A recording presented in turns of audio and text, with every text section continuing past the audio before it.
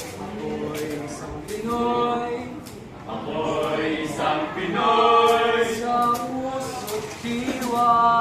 Sa puso't diwa. Ako'y Pinoy na mayroong sariling wika. Ako'y Pinoy na mayroong sariling wika. Ako'y isang Pinoy sa puso't diwa. Pinoy na isinilang sa ating bansa. Ako'y di sanay sa wikang mga banyaga. Ako'y Pinoy na mayroong sariling wika. Ang wika ay hindi lamang basta para sa mundo, kundi isang salamin ng ating lahi. Pinapakita nito kung ano nga ba ang ating lahi. Tagalog! Bisaya! Waray! Ilocano! Tayo ay mga Pilipino! Nagmula sa mga ninuno! Ngunit, ano ang nangyari sa atin? Bakit? Bakit unti-unti itong naglalaho? Bago pa dumating ang mga banyaga sa atin, may namahimig ang hangin at may intak na ang dagat. Ating ninuno, naninirahan ng payapa. Ngunit, isang araw, nasira ang lahat! Ayun na mga Kastila! Umanda ang lahat!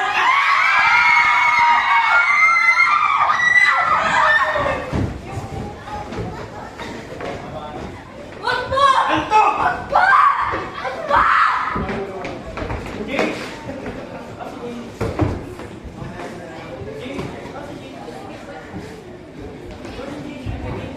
Bakit ba?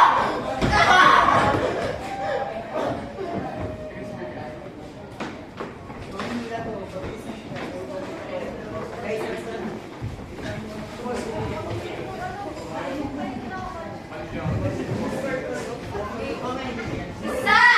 Dalawa! Tatlo! Apat! Pagbukas ng aking mga mata, bakit ganito ang nakikita? May baril, may krus, at may bandila. Wag pa! Lima! Anim! Pito! Walo! Bakit may nais mamigulo? Ngunit, hindi tayo matatalo. Tayo ay lalaban. Walang susuko. Siyam at 10 sa paglipas ng panahon. Sa wakas tayo na ang nanalo.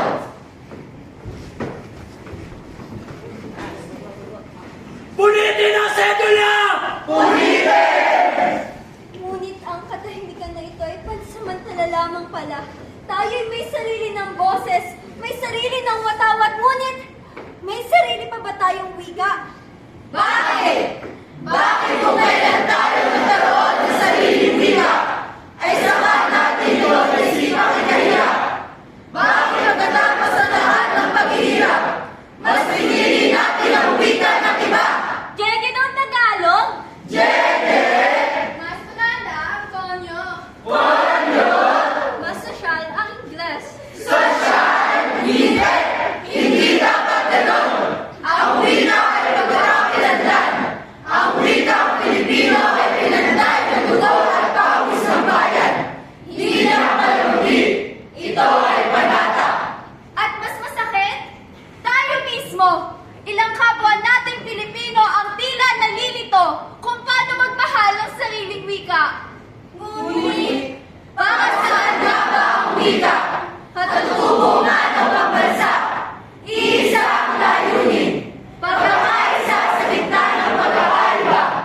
tayo lahat ay mayadang magsalita at lakas para ipaglaban ang kabutihan. Tayo ay may wika para may pagkakaisa. Tayo ay may wika para maintindihan at maunawaan ng isa't isa. Ngunit, nakita kami! Kami ang titig ng bagong henerasyon!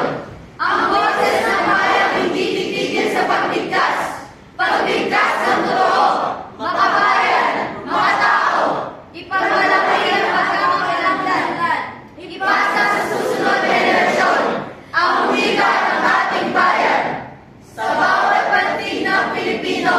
may kasaysayan.